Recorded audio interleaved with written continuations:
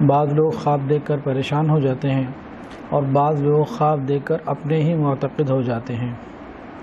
خواب کی شریعت کے اندر ایک خاص حیثیت ضرور ہے، لیکن افراط اور تفریط سے بچنے کی ضرورت ہے۔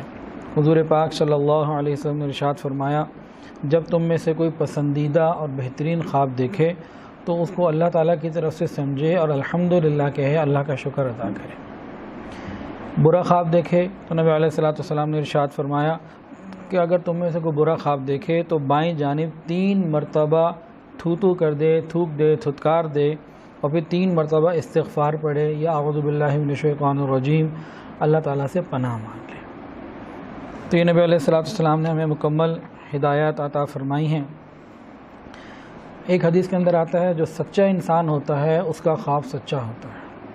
جو انسان جتنا سچا ہوگا اس کے خواب اتنے سچے ہوں گے۔ اب ہم دیکھیں، ہم میں سے بعض لوگ تو ایسے ہیں کہ جھوٹ ہماری زبان سے بلا ارادے کے بھی نکلتا ہے، تو ہم اپنے خواب کے معتقد ہو جائیں، یہ بات بھی اچھی نہیں۔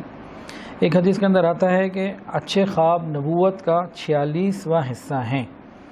تو خواب اچھے ہوں، انسان نیک ہو، متقی ہو، تو یہ اس کے لیے بشارت بن جایا کرتے ہیں۔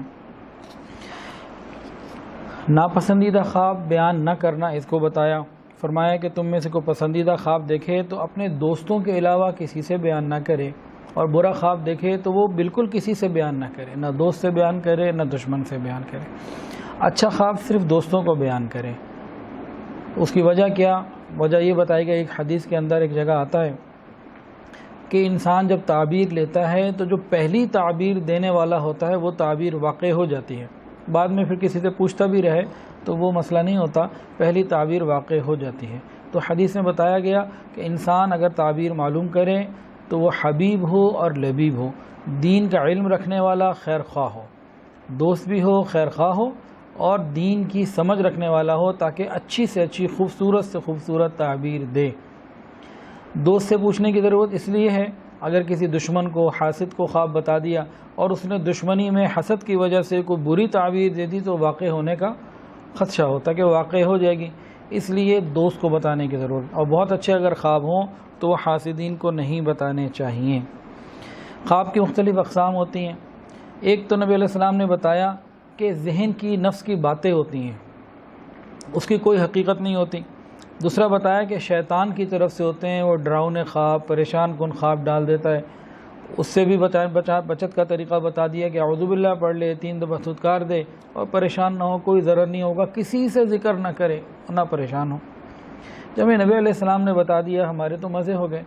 اور تیسرا بتایا کہ وہ خواب جو اللہ تعالیٰ کی طرف سے بشارت کی مانند ہوا کرتے ہیں، بشارت ہوا کرتے ہیں، تو اسے کسی صاحب الرائے اور نیک دیندار آدمی سے انسان معلوم کر لے اس کی تعبیر۔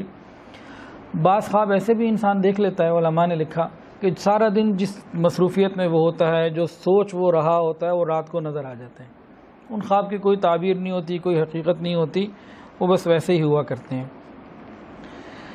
نبی علیہ السلام نے فرمایا، جو سچ بولنے والا ہوتا ہے اس کا خواب سچا ہوتا ہے۔ ہم دیکھیں ہم کتنے سچے ہیں اور کتنے ہمارے خواب اس حساب سے سچے ہو سکتے ہیں۔ اچھے خواب کے 3 آداب معلوم ہو رہے ہیں۔ ایک تو ہے کہ الحمدللہ کہے، اللہ تعالیٰ کی تعریف بیان کرے، اور کسی نیک اور دیندار آدمی سے اس کی تعبیر لے لے، اور کسی حاسد کو اس کی خبر نہ ہونے دے۔ بعض لوگ خواب دیکھ لیتے ہیں اور خواب دیکھنے کے بعد اپنے ہی معتقد ہو جاتے ہیں۔ حضرت جی فرماتے ہیں کہ خوابوں کا شہزادہ نہیں بننا چاہیے کہ خواب دیکھنے کے بعد کوئی بزرگ صورت نظر آ گئی، کوئی کیفیت نظر آ گئی، اپنے آپ ہی کو بڑا سمجھ بیٹھے۔ یہ بات بہت تکلیف کا ذریعہ بن جاتی ہے، انسان کو دور کر دیتی ہے۔ قیامت کے دن خوابوں کے اوپر فیصلہ نہیں ہوگا، اعمال کے اوپر فیصلہ ہوگا۔ وَلِكُلٍّ دَرَجَاتٌ مِّمَّا عَمِلُوا، جو جنت کے درجات ہیں وہ اعمال پر ملیں گے کہ زندگی سنت کے مطابق ہے، اعمال زندگی میں ہیں، اس کے مطابق درجات ہیں۔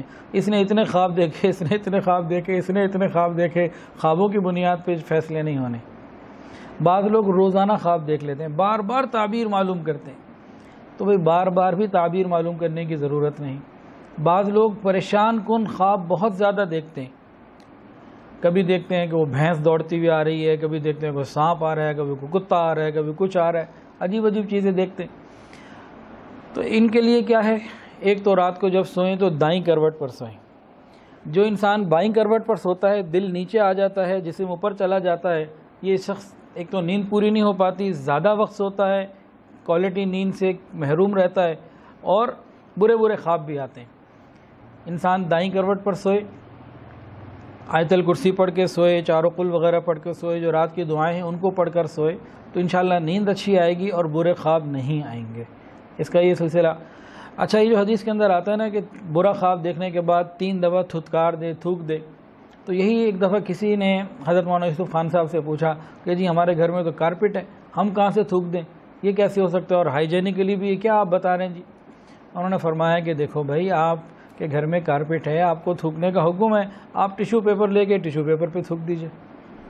جو حدیث کے اندر عمل آ گیا اس کو پورا کر لیجئے اور پریشان نہ ہو، اللہ تعالیٰ اپنی رحمت کا معاملہ فرما دیں گے۔ تو خواب یقیناً ایک خاص حیثیت رکھتے ہیں، لیکن اتنی حیثیت بھی نہیں رکھتے کہ ہم اس کی وجہ سے اپنی زندگی کے رخ کو خواب کے مطابق چلانے لگ جائیں۔ بہت سارے ایسے معاملات ہوتے ہیں۔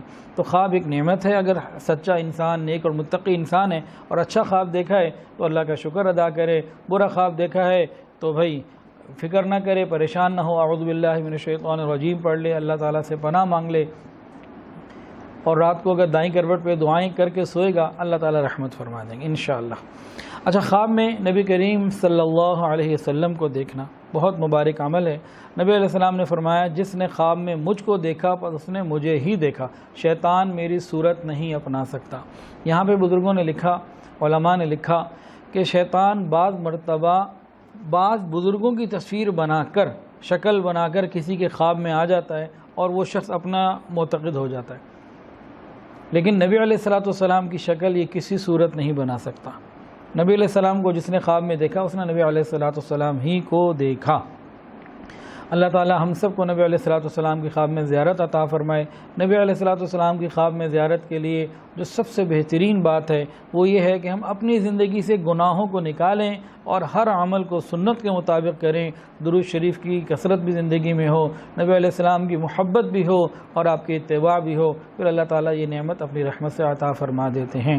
وآخر دعوانا ان الحمد للہ رب العالمین۔